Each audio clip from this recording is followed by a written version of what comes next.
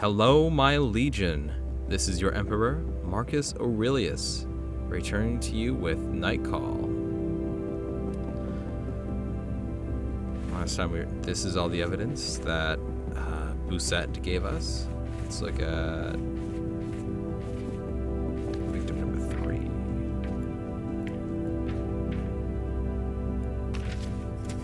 Two clues discovered. No investigation location.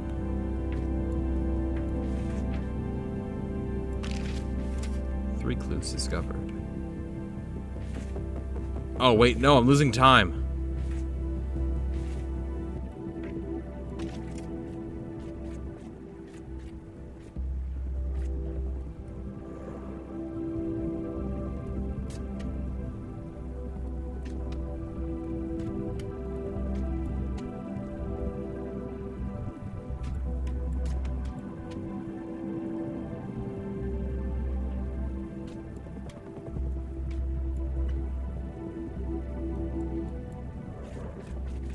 This looks like a good one.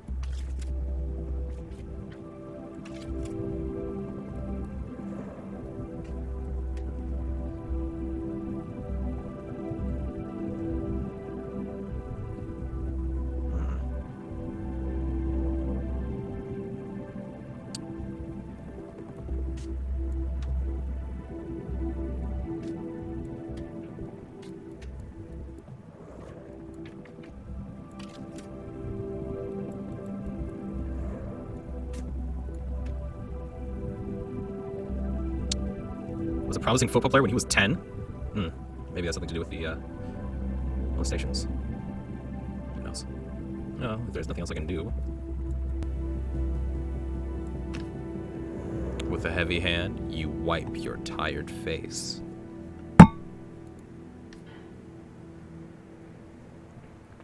You slowly open the sofa bed and lie down. The events of the day run through your head. The streets, the passengers, their faces, their problems. What? Okay. Probably something about us drifting off to sleep. You open one eye. You stretch slowly. It's already nighttime out. You get up quickly, and a few minutes later, you're outside of your studio. Night 2.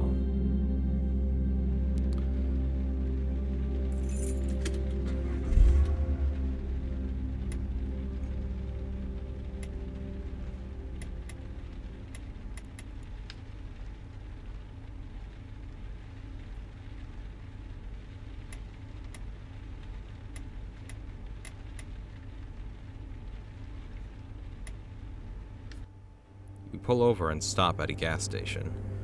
Not a soul in sight. The fluorescent lights irritate your eyes, and the smell of pee is wafting up from the space in between the pumps. It's self-service here. You pay directly at the pump. The mini-mart over there. It must sell newspapers. The person behind the counter must see and hear things. Might be worth asking a couple of questions. This place makes you nervous. All you want is to get back into your warm cab.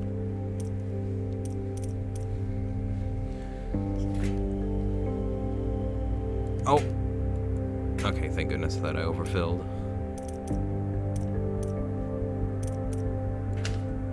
You walk into the mini-mart. The guy behind the counter doesn't even look at you when he starts to talk in a lazy, lifeless tone. Hi.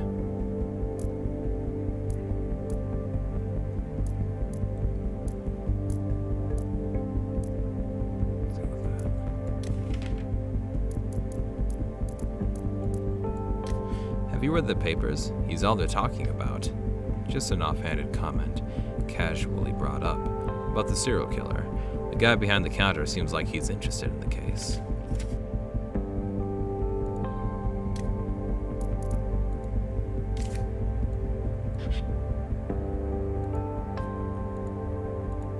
Oh, what?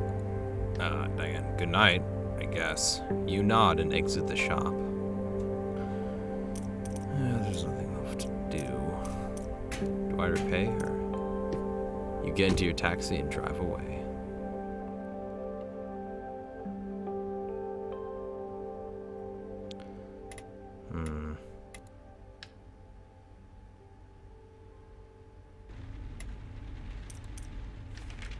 You pull the newspaper out of your glove compartment and start leafing through it. Eventually, something grabs your eye. It's a quite involved article about the infamous police leaks affair, who, why, and how all that confidential data was released to the public. The Justice Department is now looking at corrupt and violent cops who are known to be out of line. Concerned associations applaud how transparent they are being. Yet the more you read, the more you get the impression that the journalist does not agree with their methods. You turn the page and stop. You've read about a third of the newspaper. You stop reading and go back a few pages. You thought you saw something. It's a rather enthusiastic article about a bar named Napo. You make note of the information with interest. In your line of work, that kind of thing can always come in handy. You only have a third left to read. Read the whole thing. As soon as you get to the page, you stop. Your instinct tells you to look at. It's an article about the recent police leaks incident that retraces another data leak. 2 years ago, a bunch of confidential police documents were accidentally released. Documents about Renan Besson, Charles Bougrain, and Simon Gorodishir, the judge's first 3 victims. Intriguing. You shut the paper. It'll end up in the trash tonight. If you remember, it's there. Otherwise, it'll spend the rest of its days in your glove department.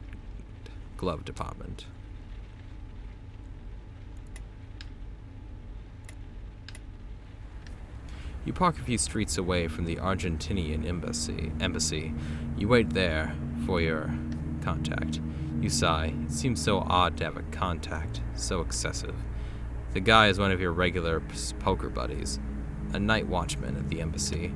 You get out of your taxi and walk towards the big metal gate. Clean lines, early 20th century, maybe. Lots of wrought iron. The gate opens and someone moves towards you. They indicate you should follow them. The person's face is hidden by an oversized hoodie. Your heart starts beating faster. What if it was... You walk into a narrow covered passageway, probably the entrance to a parking garage. The man turns around and lights up a cigarette. The lighter lights up his face for a second. A young man with curly hair, pale skin. He looks young, very young. That'll be 250 euros. You want information on Gorodishir? I got info on Gorodishir, and it'll cost you 250 euros, so what'll it be? He raises his hands in front of his chest. His accent becomes stronger. No, it's 250 euros or nothing. If someone learns I fished around, they'll fire me on the spot. For that price, you hope the intel is good. You pay. Listen up, because I'm not going to say it twice. Gorodishir is definitely a colonel from Junta, one of the few who wasn't arrested and put on trial. He is responsible for torturing dozens of political opponents. He tortured and killed them. You know, we don't like him much here, but the rich Argentinians in Paris love him. They really respect him. Respected him. The difference doesn't seem to be important to him. Yeah, if it makes you happy. He looks back at you. There's one last thing. I read in the newspaper that the killer wrote a message in chalk. Time's up. It was a slogan at the end of the junta. A sort of watchword from the opponents. It was time for them to go. You get it? You nod. A second later, you're back into your taxi with a hole in your wallet. Yikes. But with new information on one of the victims. If you follow this lead, maybe your investigation will move forward. You start the car and get back to your shift.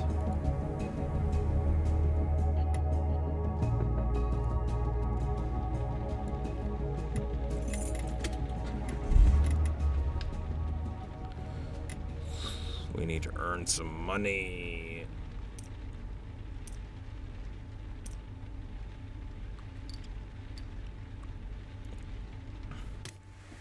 You immediately recognize the passenger who just climbed into the back seat of your cab. His face has been plastered all over the news for the last few weeks. He's a lawyer. A lawyer who's representing a terrorist. He gives you an address and you start driving. He holds your gaze in the rearview mirror like he's trying to read your mind. You drive across a virtually empty Paris. Behind you, the lawyer nervously consults his notes. You continue driving without saying a word. Your passenger mutters, "Ugh, why did he say that to the cops? He's not taking this seriously. Doesn't get it. Idiot." There again, he says it again. Is he contradicting himself or just... You glance into your mirror. The lawyer looks like a smaller version of himself. He closes his eyes and remains silent for a while. You see him start to break. I can't take it anymore. He takes a deep breath. He loses control of his voice. This guy is a real asshole. He's not just a monster, he's a total idiot. Tears form at the corners of his eyes. I've never seen such a moronic defendant. You know what it's like to defend a moron? You know what it's like to only get 3 hours of sleep a night so you can defend a moron? Do you have any idea? He yells so loudly the windows shake. I'm sorry. When he answers, his voice is icy cold. No need to apologize. There's nothing to be sorry about. He pauses, barely just the time to take a deep breath. He kicks the seat in front of him. He calms himself down. He steadies his breath. I'm the one who agreed to it. I actually fought to represent him. It's my own fault I'm being dragged through the mud. He raises his hand, snickers. Yes, I admit it. At first, I thought it was pretty great being on TV, all the interviews, journalists asking my opinion about everything. I shook so many hands, said so many words, sentences, yet I actually said nothing. When I worked in the hood, not a single person cared about my work. And now in 5 hours, I have to be on the radio, in 7 on TV. He pauses. His voice sounds further and further away.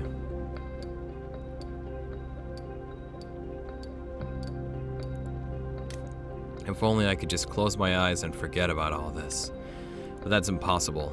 Actually, it's simple. I almost never sleep. When I lie in bed, I stare at the ceiling and go over the evidence in my head.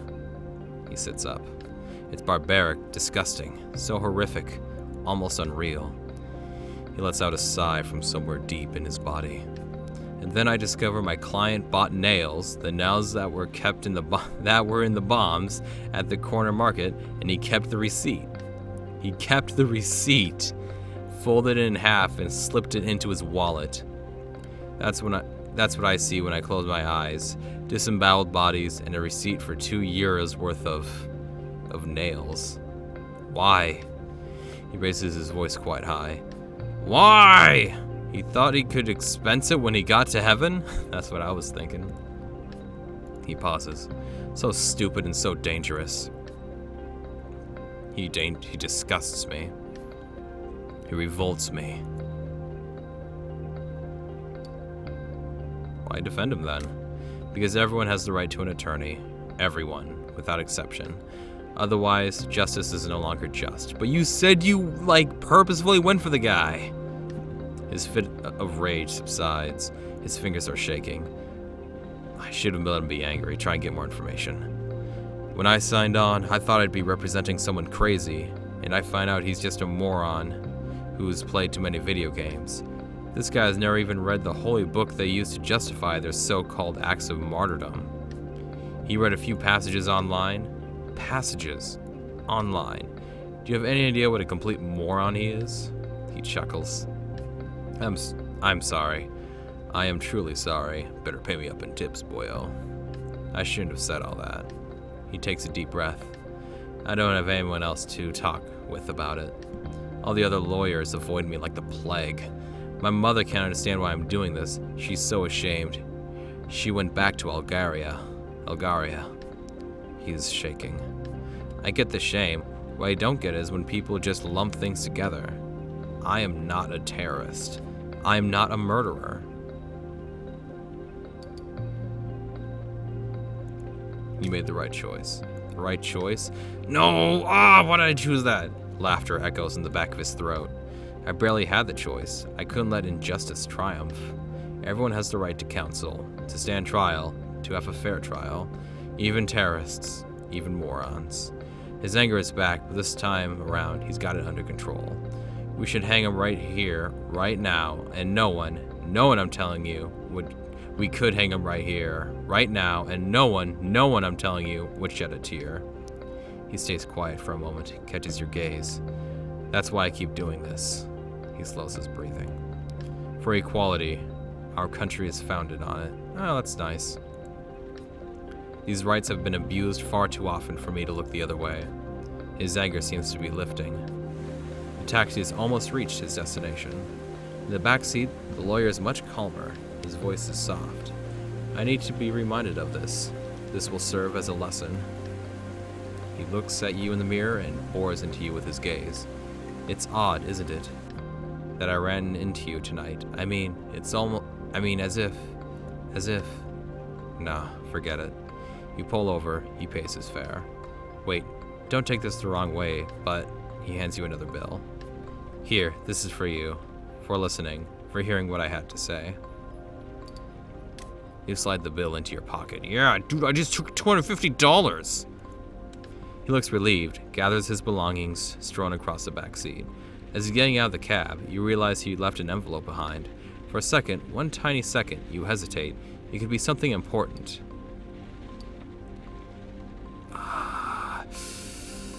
Okay, this is a terrorist. He's going to remember it. There's no way. He's so paranoid about this case, he's going to notice it. Otherwise, I'd totally take a peek. Because it could have something to do with the case. He freezes, notices the envelope, and grabs it hastily. You can tell he's uncomfortable. He doesn't say another word. He gets out of the taxi, walks a few steps away, and turns around to wave at you before entering a bistro. You drive off. Oh, $3.95. Oof. Well, it is a... Okay, never mind. Forgot how the tip pricing worked.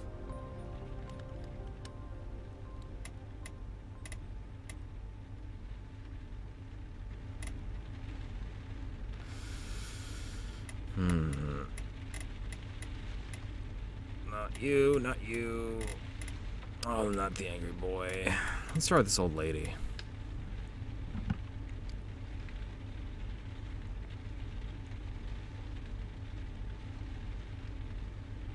Yeah, this is a good excuse to get across the city. The woman getting into your cab looks frantic. I lost my inspiration, every last drop of it. Come on, drive.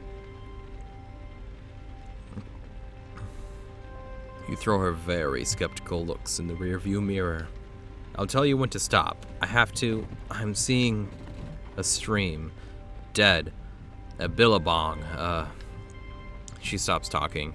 You hear a low, guttural sound coming from her throat. A mantra. Billabong. I must find a billabong. What's that?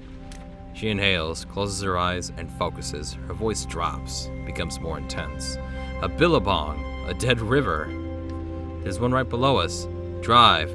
Drive, I say. You start driving.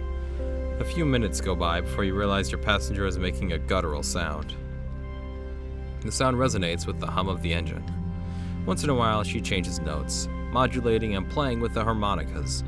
Suddenly, she shouts, "Turn left!" Then abruptly, as if she were following a path she alone could see, "Go down the boulevard!" You drive for a few minutes, aimlessly. In the back, your passenger is still singing. The meter is running. The kind of ride that puts you out of sorts. Who knows when it'll end? Your passenger squeals, "Stop! Right there! Right here! Not a bit further!" You brake. Yes. Oh, I love how we stopped. Yes. She whistles, a high, loud note. The billabong runs just beneath us. Its water flows no more. The black stream from my orifice has stopped short. The rumble of revolution. The water flows no more. All that remains is to clear away the remains. You stop the engine. Sounds fills the cab. Your passenger's low voice and the scratch of her pencil on the paper are hypnotizing.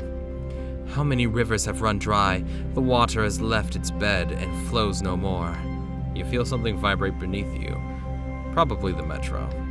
How I long to sculpt the clay and the mud of life in this water that flows no longer. Except the metro doesn't run this late at night. I plunge my calves into this water that flows no longer. I am calmed and refreshed by its coolness. She squeals so loudly it makes you jump. She then returns to a simpler, more natural tone. Thank you. This poem has been years in the making. I was only missing a few lines. Until tonight. I sensed the billabong I needed while walking down the street like a Charon. Amuse. She opens her eyes. You.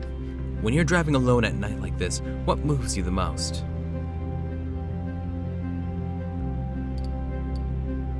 Moves is a pretty interesting thing.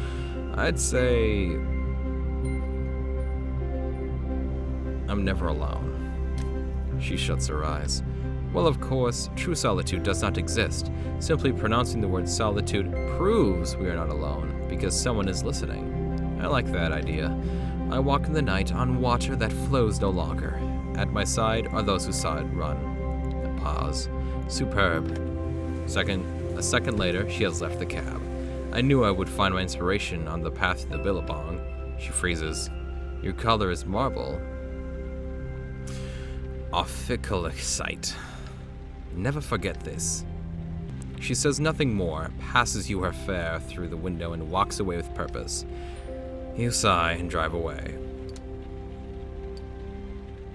Oh, what? Look at this cruddy little tip.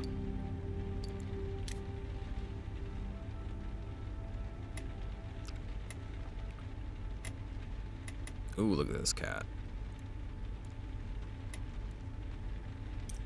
That guy looks so cool, but it's gonna take forever to get to him.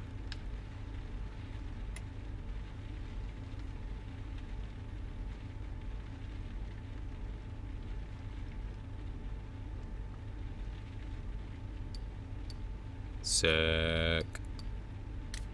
You pull up to the sidewalk and wait for your passenger. Since it looks like a no-show, you get out of the cab for a minute or two to smoke a cigarette. There's not much going on in this small town in the suburbs. There are a few apartments that still have lights on. A sweet scent hangs in the air. Eventually, you stub out your cigarette and get back into the car. Dude, put it in your ashtray, come on. You jump, startled. A cat has managed to slip into the cab. It's sitting in the back seat, staring at you intently. You sit there for a moment, considering whether or not to shoo it away. But just as you are about to wave your hand, the cat shifts positions and a slip of paper falls from its collar. You pick up the piece of paper and unfold it. A fragment of a map of Paris, the Saint Lazare train station. You turn your eyes slowly to the cat. He seems to be expecting an answer. Are you going somewhere?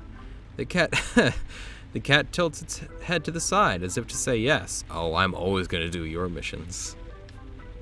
You want to go to Saint Lazare? The cat tilts its head again. Are you a dog? The cat slowly nods its head no. Your hands clutch the wheel tightly. What the heck is going on?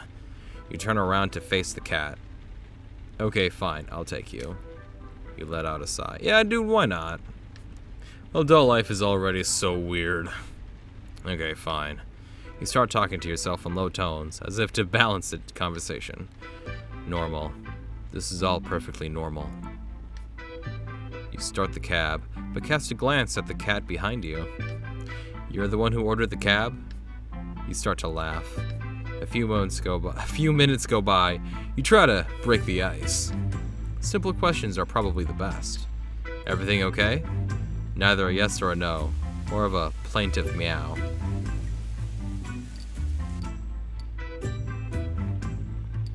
Are you meeting someone? No, that's not it. The cat is staring at you. The conversation seems to bore him. You seem to be well fed. Pretty strange, I must say. Did someone hurt you? A plaintive meow. You sigh. Your owner? Another meow, but longer and deeper, more heartfelt. You nod your head. What happened? Was it a man? No answer. A woman? Was she mean to you? The cat seems to be uncertain. She was not around for you? The cat doesn't seem to understand. For instance, your owner is never home. You're bored. You want to spend more time playing. If the cat could roll their eyes, he would have. Does she have other cats? The cat gives you a look of full disbelief. No, that's not it, eh? You're independent. You'd like to be alone, right? The cat doesn't seem to feel like talking anymore. He turns his head away, looks straight out the window. You're not far now, after the next light. You point to a light in the distance.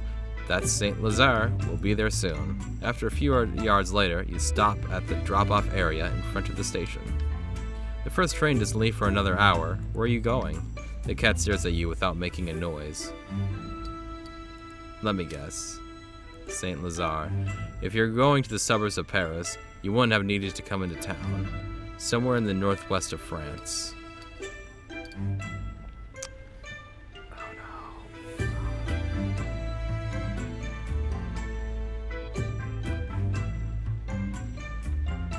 Normandy? Somewhere by the sea, huh?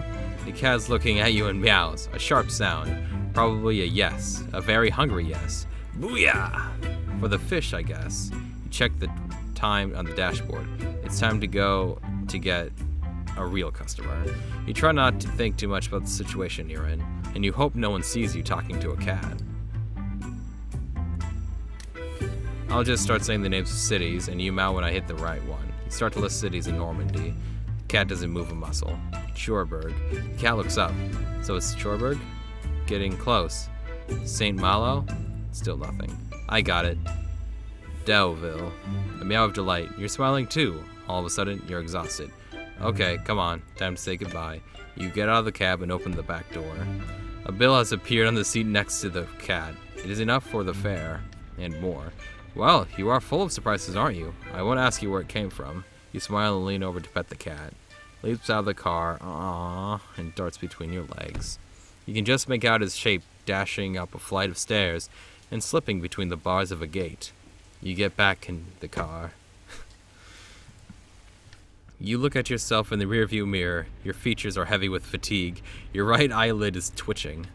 As you start the car, you remember you are allergic to cats, but you haven't sneezed once. You pull out of the station. Oh, that sweet, sweet 7 pennies. Alright, angry boy. No, who that? Oh, jeez. Oh, this guy is head by... Okay. Dude wearing that hat or the bidet? The Beats. Beats by Dre. Beats by Dre. Or the guy wearing a beret. Beats by Dre, beret. Beats by Dre. Eeny, meeny, miny, moe. Let him go. My mother told me to pick the very best one, and you are it!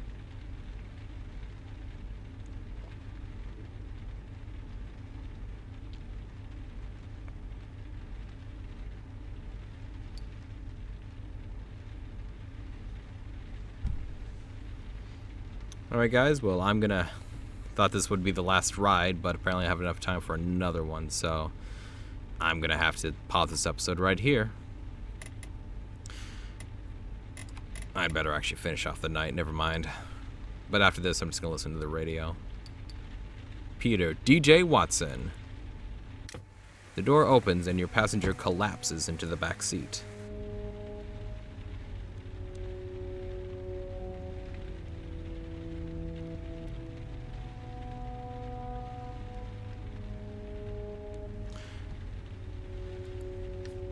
Oh, dude, look at this guy wearing a white blazer. His eyes are hidden behind a pair of large, dark glasses. His clothes reek of sweat and booze. A clubber. He mumbles his destination, and you start driving. A few words are exchanged. The weather, taxes, traffic. Then, you can tell it's coming, the inevitable conversation about the killer. Some bits of information, rumors, things overheard. You make a mental note of what you've heard. Who knows, it might come in handy. What? Your mind wanders. Your eyes vaguely scan the store windows. The sodium lights coming off the street lamps feels like it's dripping into your brain. You're falling asleep. You need a bit of music to keep you awake. This guy's a music guy. I have to ask him. You glance at your passenger. You mind if I put a little music on? He waves his hand as if to say, who cares? Turn the radio on, pressing on the dial to find a station you like. I don't want a lot for Christmas. 80s rock ballad. Too soft.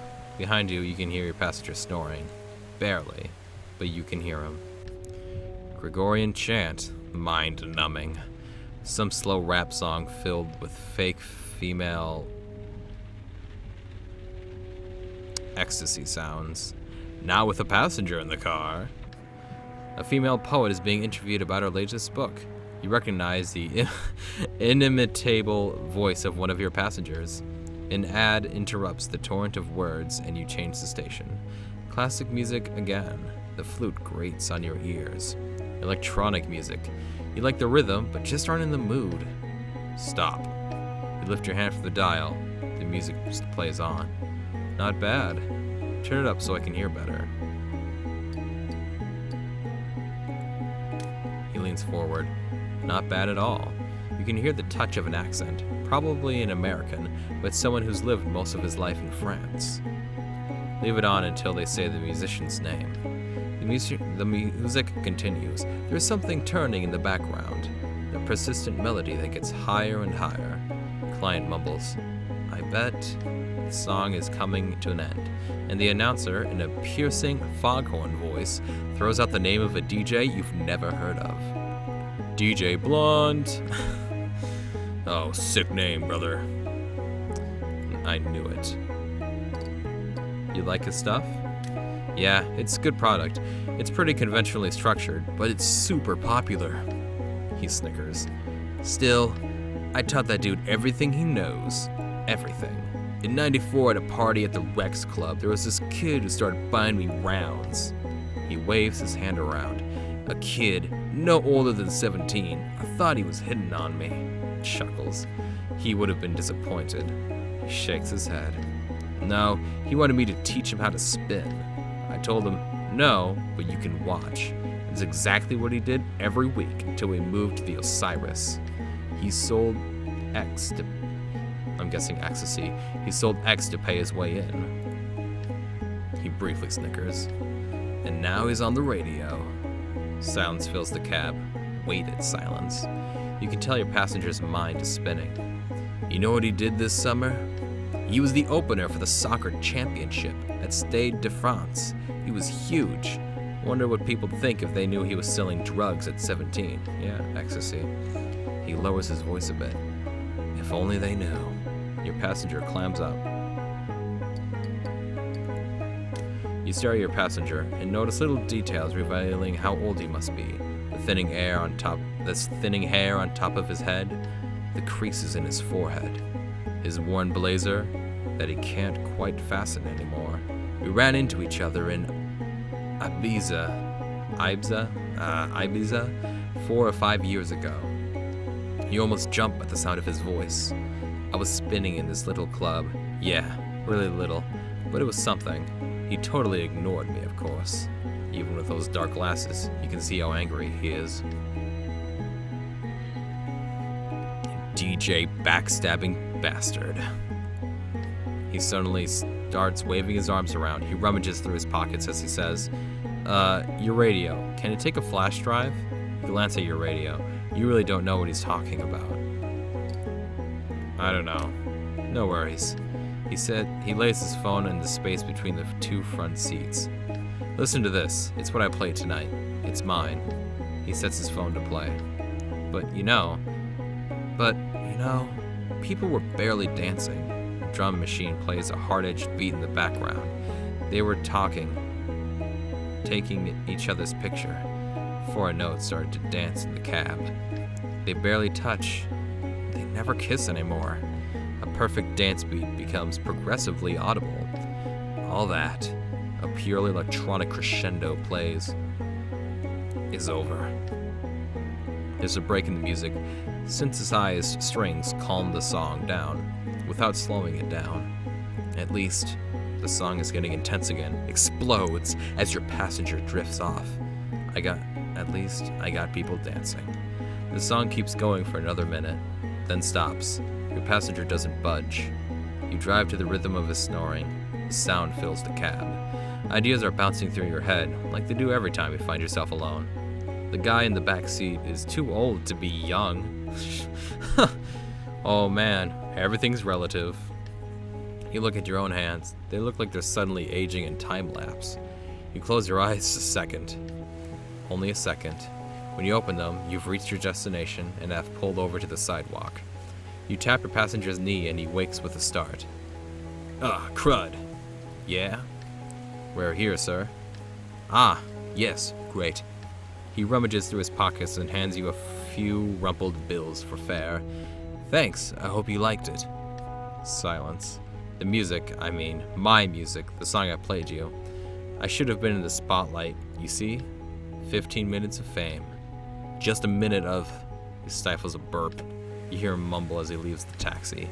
Those whiskey and oranginas really screw with my system. You see him stagger towards his building. It takes him several tries to get the door open. He finally disappears inside. You heave a long sigh. Okay, come on.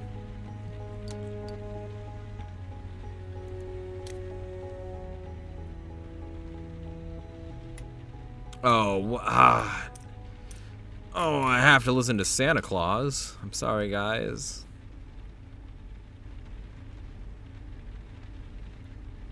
Oh, jeez. Oh, well. Your next passenger smells like beer. No, it's even worse. It's like every single fiber of his Santa suit has been soaking in a keg. Come on, dash away. His breath is 96% brandy. Your eyes are starting to sting. I'm parked somewhere along the Champs-Élysées. On crud. The name of the street is... His head is spinning and he does his best to hang on to the door. Impasse. It'll come back to me. Go ahead, drive. You start driving and silently wonder how to ask your passenger if he has enough money to cover fare. You glance back at your passenger. He's mumbling to himself, but you can't make out what he's saying. Christmas is over, so why is he still dressed up? Yeah, this is a good way to do it. You have a nice evening? Oh, fabulous. A smile spreads across his face. And I really needed it. He lowers his voice. He's confiding in you. After working my butt off all year long, I like to hit my favorite pubs. I get monumentally wasted. He coughs. Here, in Paris, there are a bunch of bistros perfect for just an occasion. No one talks to you and they have white wine so dry it eats away at the inside of your mouth. And so many different types of brandy, pear brandy, cognac. He closes his eyes in delight. And sometimes I order just one eeny-weeny beer to cleanse the palate. He's almost whispering. Okay, it's usually not one of them fancy microbrews there. He jumps. Oops, but don't tell anyone, okay? Just imagine if people found out Santa Claus thought the beer here tasted like, well, piss. He laughs a sparkling laugh.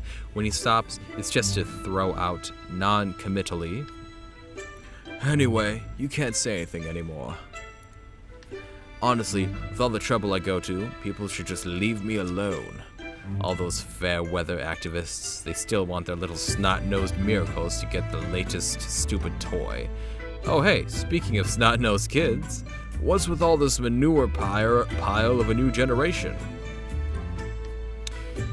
I'm gonna end this old man's career. Okay, boomer!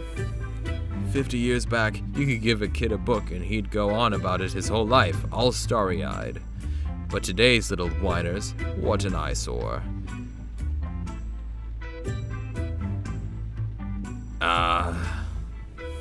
Dang nabbit. They want to have it all, but they don't like anything. They all have GSMs when they're 8. Those things cost a whole month's wages. How could you possibly make them happy after that? How? He's staring at you, waiting for you to answer. Wooden toys? Wooden toys? A look of disgust washes over his face. Now, who actually likes wooden toys? What kids these days want are machine guns and dolls whose hair you can fix. He seems to have calmed down for a second.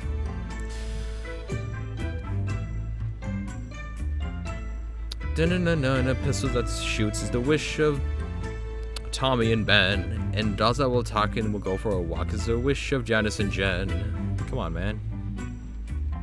He seems to have calmed down for a second, but it was just an illusion. Speaking of which, both girls and boys like those dolls whose hair you can fix. Twitches the mustache in silence. Back when I still made toys for kids, I can tell you they couldn't care less about them. Couldn't give a dang. I can swear like that. They just wanted to have fun, play, laugh, and forget that their parents were losers. He leans over to you, rife with anger. Dang, that's the real problem. I'm telling you, parents are losers. Idiots. Putting kids into this world, those guys don't have a clue. Am I right or am I right? I mean, have you seen the state of the ice cap these days? Have you? Huh? Because there's not much of it left. He pauses. Now, I can't say it's all bad. I don't have as many polar bears coming into my yard. Damned nasty beasts. Vicious. Mean. I'm not sad to be rid of them. He heaves a long sigh through his beard. Before, things were different. Tears form at the corners of his eyes. I can't talk about the past without crying like a little girl. He throws you a sideways glance. No need to stare. You don't even have time to react, and he starts back into his rant. I remember you, you know. To tell the truth, I remember everyone, every single person. You were an angry one. So terribly angry. And your letters, your handwriting, dang, were they hard to decipher. Don't worry, though. The elves handle all that for me. You could hear a hint of disgust in his voice when he brought up the elves. Otherwise, I wouldn't have time to do nothing. Yeah, you were just furious. It's like someone punched you in the stomach. Your brother was giving you hell. Someone wrenching your gut. Man, wouldn't... He suddenly thinks of something and stops talking. His gaze wanders outside. Yeah, anyway, let's talk about something else. How do you know all that? You still don't get who I am? He stared at him in the rearview mirror. Look, kid, I'm not gonna spell it out for you. And something tells me you'd rather avoid the subject. A little something called jail. Another punch to the stomach. So there's your Christmas present. We're not gonna talk about it. He smiles, opens his eyes wide. Wait, I think we're almost there. I think they knew each other from prison or jail or something. That's probably it. Slow it down a bit, kid. He searches outside for... You looking for your car? My car? He bursts out laughing. Yeah, right. Our kind of a convertible. Roof open and everything. He coughs again. It shouldn't be hard to spot. There's a sleigh and a couple half-dozen reindeer. Couple half-dozen? You can just say a dozen, you know. He heaves a funny sigh. I'm sure it's like in an alley somewhere. Oh, right over there. Turn right. You obey and go up a street you were on a few seconds before. A few meters down, your passenger stifles a yelp. Oh no, it was right here. Drive around the block. You turn again. In back, your passenger is mumbling. I'm gonna have to get one of those thingamajigs, GPSs. It helped me find my sleigh more easily. You eventually pull over into an alley. No light, a few empty office buildings, and some trash cans that haven't been emptied for days. Kid, sorry about before. I didn't mean, you know, to bring up any sore points. He pays his fare. Watch your back, kid. He gets out and slams the door. He slips on the heavy sidewalk, grabs onto a street lamp. With a heavy and awkward step, he clumps along the alley. You sit for a moment, watching him. At the end of the alleyway, he starts rummaging through a pile of boxes, pushes a trash can on wheels aside, and disappears. A few minutes go by, and nothing. You turn the keys and start driving again. You open the window for a second, hoping to get rid of the alcohol fumes. Something tells you they'll stick around for a while.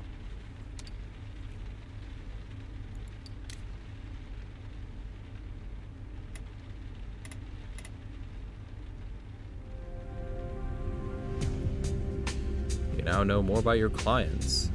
Salim Waden. You met Alicia. Oh, no. Alicia finished her poem Billabong. Didn't know that you need expenses. Well, you have met Krauke. Oh, no, I should have waited. Oh, well. At the foot of your front door, just behind a drain pipe, you notice an envelope. It's thick and heavy. You can just make out your name. It's written in thick black marker on the front. Your real name. You take a deep breath and go inside. In the envelope, you find more information, just as Bousset promised. You lay them on the table. You take a few moments to update your board with your new clues. A bus goes by, making the walls shake. You take your shoes off before getting to work. Oh good, I don't lose any time for, taking a really long one. Alright guys, well, I'm going to leave this episode here. Thank you very much for watching, my faithful legion. This has been your Emperor, Marcus Aurelius, and I'll see you next time on Night Call.